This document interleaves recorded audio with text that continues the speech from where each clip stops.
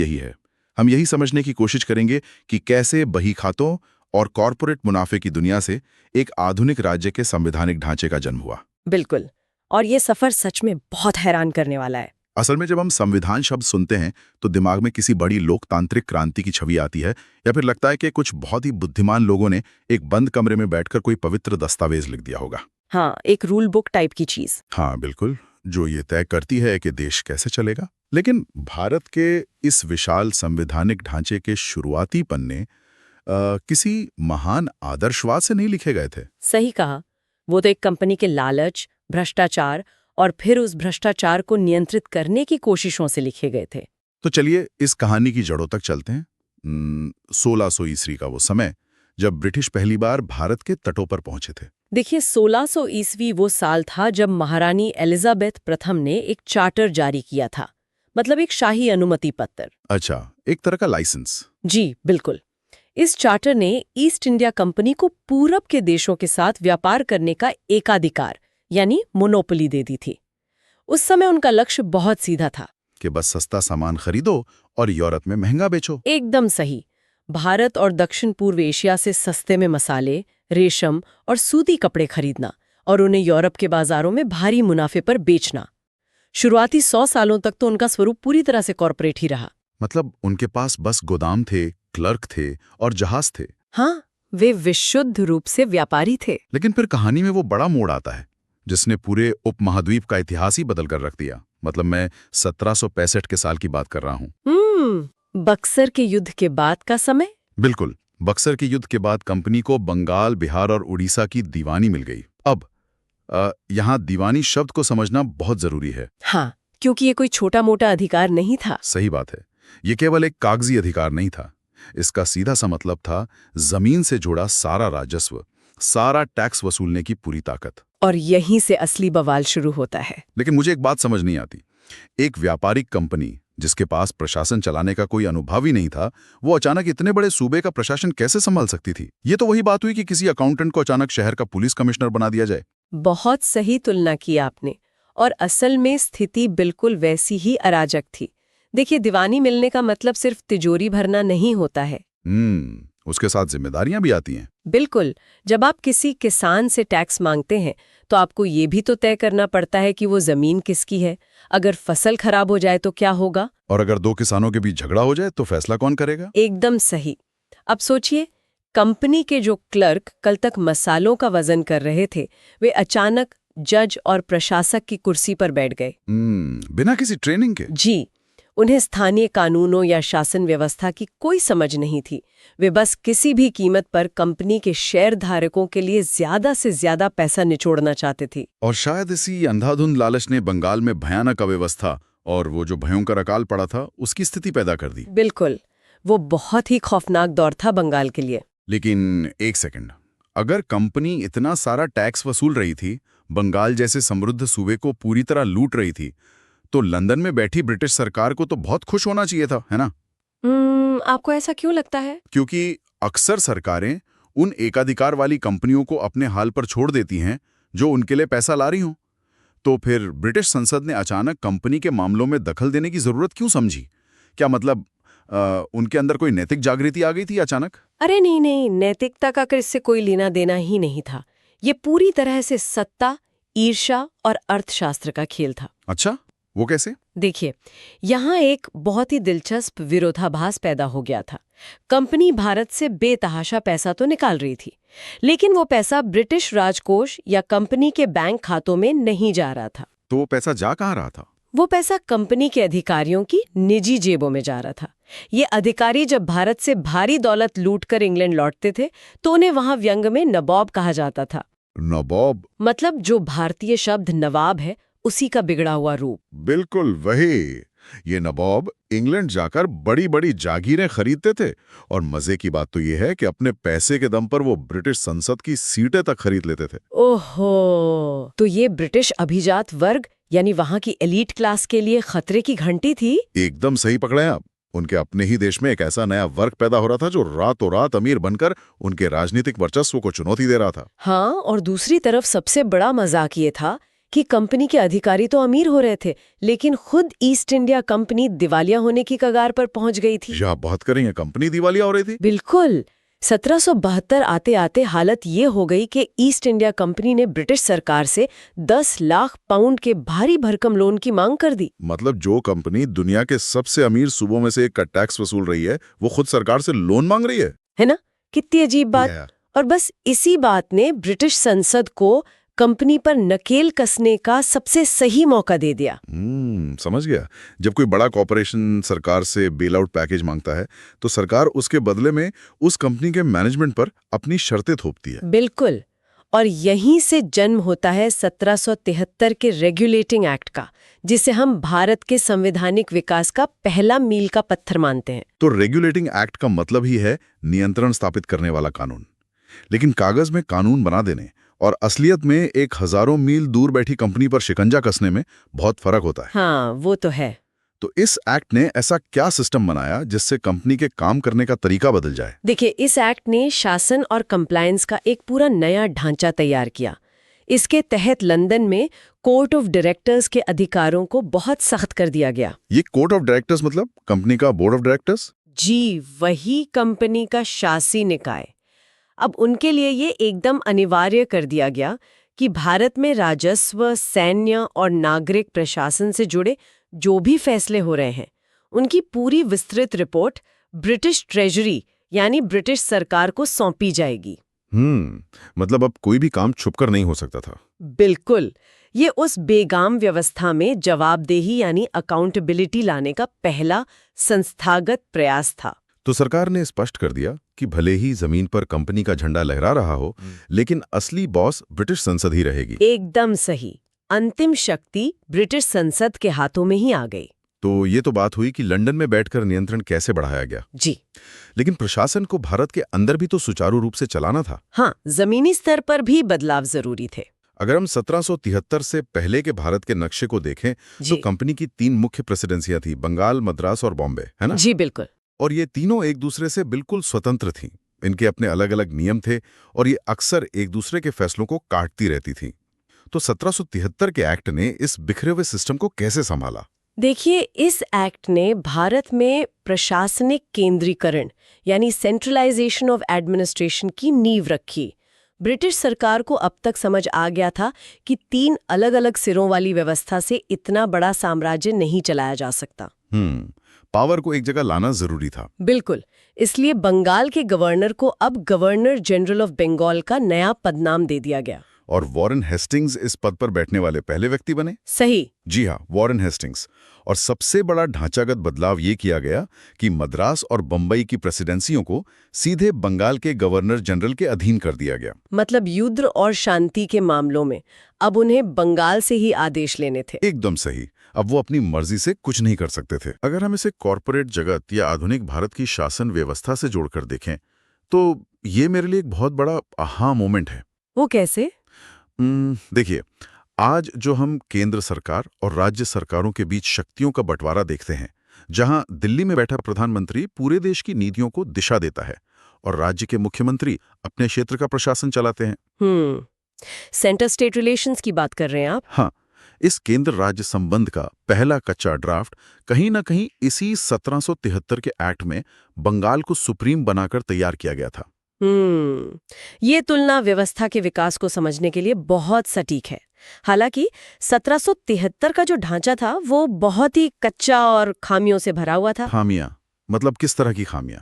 उदाहरण के लिए देखिए, हेस्टिंग्स को गवर्नर जनरल तो बना दिया गया, लेकिन उसे मनमानी करने से रोकने के लिए 4 सदस्यों की कार्यकारी परिषद यानी एग्जीक्यूटिव काउंसिल भी बना दी गई। अच्छा, तो वो अकेले फैसले नहीं ले सकता था? बिल्कुल नहीं, निर्णय बहुमत से लिए जाने थे।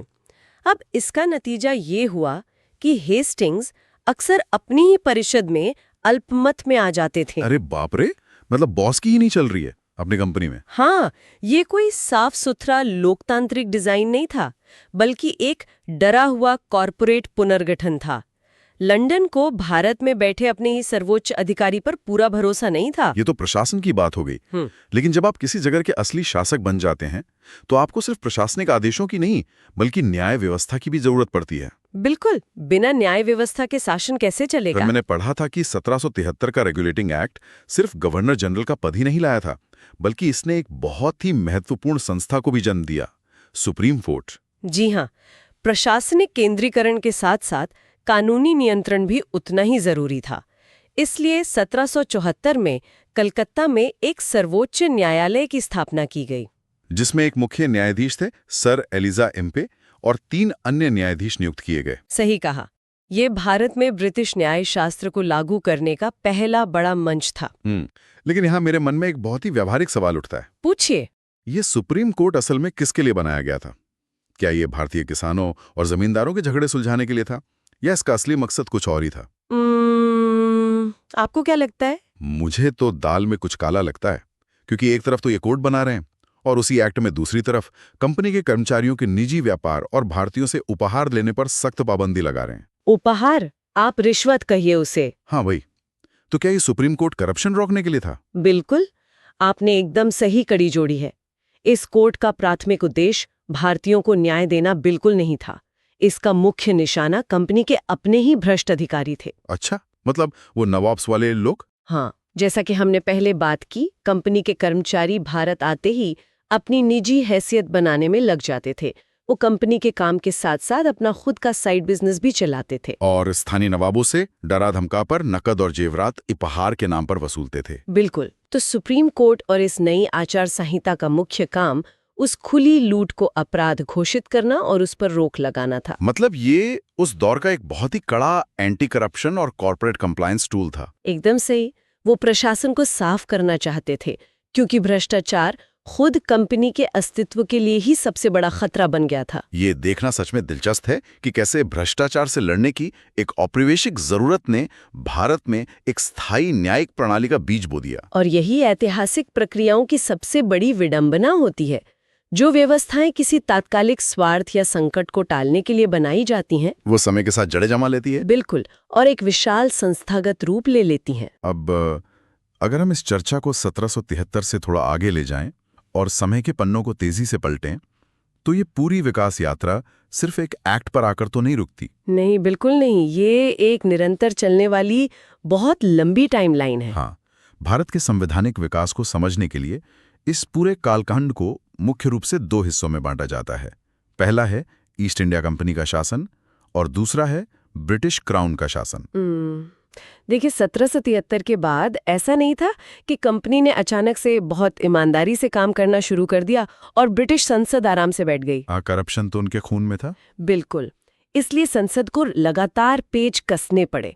फिर 1784 में पिट्स इंडिया एक्ट आया। इससे क्या बदला? इसने लंदन में एक बोर्ड ऑफ कंट्रोल की स्थापना कर दी। अब ब्रिटिश सरकार के मंत्री सीधे तौर पर कंपनी के राजनीतिक और सैन्य मामलों की निगरानी करने लगे। अच्छा, मतलब व्यापारिक और राजनीतिक कार्यों को पहली बार बिल्कुल अलग कर दिया गया। एकदम सही। और इसके बाद शुरू होती है चार्टर एक्ट्स की एक लंबी श्रृंखला, जैसे 1793, 1813, 1833 और 1853। ये एक्ट असल में क्या थे? क्या ये सिर्फ पुराने कानूनों का रिन्यूअल थे? इसे आप ऐसे समझिए जैसे एक मकान मालिक और किराएदार का रिश्ता होता है। वो कैसे? यहाँ ब्रिटिश संसद मकान मालिक थी। हाँ। और कंपनी उस जमीन यानी भारत की किराएदार। हर 20 साल में कंपनी के व्यापारिक चार्टर का नवीनीकरण होता था। अच्छा, हर 20 साल में कॉन्ट्रैक्ट रिन्यू होता था। हाँ, और हर बार जब नवीनीकरण का समय आता, संसद कंपनी की कुछ और शक्तियां छीन लेती। अरे सा, ये तो किसी कॉर्पोरेट हॉस्टाइल टेकओवर जैसा लगता है, जो बहुत ही धीमी गति से दशकों तक चलता रहा। बिल्कुल, यही शब्द है इसके लिए, हॉस्टाइल टेकओवर। 1813 के चार्टर एक्ट ने तो भारत में कंपनी का व्यापारिक एकाधिकार ही समाप्त कर दिया। मतलब मोनोपोली खत्म। हाँ, केवल चाय और चीन के साथ व्यापार पर उनका एकाधिकार बचा रहा। फिर 1833 का चार्टर एक्ट आया, जिसने वो चाय और चीन का एकाधिकार भी छीन लिया। ओहो, तो 1833 आते आते जिस ईस्ट इंडिया कंपनी ने मसालों के व्यापार से अपनी शुरुआत की थी, उसका कोई व्यापारिक काम ही नहीं बचा। एकदम सही। वो पूरी तरह से एक प्रशासनिक और राजनीतिक शेल यानी सिर्फ एक ढांचा बनकर रह गई, जो ब्रिटिश क्राउन के एजेंट के रूप में भारत पर शासन कर रही थी। और इसी समय शायद बंगाल के गवर्नर जनरल को पूरे भारत का गवर्नर जनरल भी बना दिया गया था। जी बिल्कुल, सत्ता के केंद्रीकरण का ये चरम बिंदु था। लेकिन ये व्यवस्था भी अपने आप में एक टाइम बॉम्ब थी। जो अंततः 1857 में फट गया। बिल्कुल सही। 1857 का विद्रोह, जिसे हम पहला स्वतंत्रता संग्राम भी कहते हैं, उसने इस पूरी औपनिवेशिक मशीनरी को हिला कर रख दिया। और 1857 के उस विद्रोह ने ब्रिटिश क्राउन को ये क्रूर सच्चाई दिखा दी कि अब इतने बड़े और विविधतापूर्ण उपमहाद्वीप को एक प्रॉक्सी कंपनी के जरिए नहीं कंट्रोल किया जा सकता। हाँ, क्योंकि भू राजनीतिक वास्तविकताएं पूरी तरह बदल चुकी थी। इसलिए 1858 में भारत शासन अधिनियम पारित किया गया, जिसे हम इतिहास का सबसे बड़ा कॉर्पोरेट लिक्विडेशन कह सकते हैं। बिल्कुल। 1858 के इस एक्ट ने ईस्ट इंडिया कंपनी को हमेशा के लिए खत्म कर दिया और भारत की सत्ता सीधे महारानी विक्टोरिया के हाथों में सौंप दी। मतलब कंपनी के जो कोर्ट ऑफ डायरेक्टर्स और बोर्ड ऑफ कंट्रोल थे, वो सब भंग कर दिए गए। जी, सब खत्म। और उनकी जगह secretary of state for India यानी भारत सचिव का नया पद बनाया गया, जो सीधे ब्रिटिश कैबिनेट का हिस्सा था। और इसके साथ ही भारतीय प्रशासन के उस दूसरे चरण की शुरुआत हुई, जिसे हम ब्रिटिश क्राउन के अंतर्गत शासन कहते हैं। और यहीं से भारतीय प्रशासनिक और संवैधानिक इतिहास का एक नया अध्याय शुरू होता है, जो 1947 में आज़ादी मिलने तक चलता है। 1858 के बाद ब्रिटिश सरकार ने सीधे तौर पर भारत में परिषदों और कानूनों का निर्माण शुरू किया, जैसे भारत परिषद अधिनियम 1861, 1892 और फिर 1909 आए, जिन्होंने धीरे धीरे कानून बनाने की प्रक्रिया में भारतीयों को शामिल करने का एक बहुत ही सीमित दिखावा शुरू किया। हाँ, दिखावा ही कहेंगे उसे। लेकिन इसके बाद भारत शासन अधिनियम 1919 और 1935 भी आए। और वो 1935 का एक्ट तो बहुत ही महत्वपूर्ण है, क्योंकि उसने भारत में एक संघीय ढांचे और प्रांतीय स्वायत्तता यानी प्रोविंशियल ऑटोनॉमी की नींव रखी थी। बिल्कुल। और आपको पता है, आज हमारे स्वतंत्र भारत के संविधान का एक बहुत बड़ा हिस्सा, शायद सबसे बड़ा प्रशासनिक हिस्सा, सीधे तौर पर इसी 1935 के एक्ट से प्रेरित है। इसीलिए हम इस पूरी यात्रा को संवैधानिक विकास कहते हैं। जी। भारत का संविधान 1946 में संविधान सभा के बनने के साथ अचानक शून्य से शुरू नहीं हुआ था। सही कहा। संविधान सभा के विद्वानों के पास 1773 से लेकर 1935 तक किए गए प्रयोगों, गलतियों और प्रशासनिक ढांचों का एक पूरा 175 साल लंबा ऐतिहासिक संदर्भ था। बिल्कुल। उन्होंने उस पुराने ढांचे को लिया, उसमें से औपनिवेशिक नियंत्रण की भावना को बाहर निकाला और उसमें लोकतंत्र, मौलिक अधिकार और समानता के मूल्य स्थापित कर दिए। ये सच में एक अविश्वसनीय यात्रा है। आज की चर्चा में हमने देखा कि कैसे 1600 ईस्वी में व्यापार करने आई एक कंपनी को 1765 में राजस्व वसूलने की शक्ति मिली, और उस नई शक्ति ने भारी भ्रष्टाचार को जन्म दिया। हाँ, जिससे डरी हुई ब्रिटिश सरकार ने 1773 का रेगुलेटिंग एक्ट पास किया। उस एक एक्ट ने भारत में केंद्रीकृत प्रशासन और एक शीर्ष न्यायपालिका का ऐसा बीज बोया जो आज तक हमारे देश के सिस्टम का हिस्सा है। और फिर कैसे 20-20 साल के चार्टर एक्ट्स के जरिए कंपनी को निचोड़ा गया और अंततः 1858 में ब्रिटिश क्राउन ने पूरी कमानी संभाल ली। बिल्कुल। देखिए, शासन की कोई भी रूपरेखा एक वैक्यूम में पैदा नहीं होती। ये राजनीतिक जरूरतों, आर्थिक संकटों और सत्ता के टकराव की भट्टी में पककर तैयार होती है। एकदम सही बात है।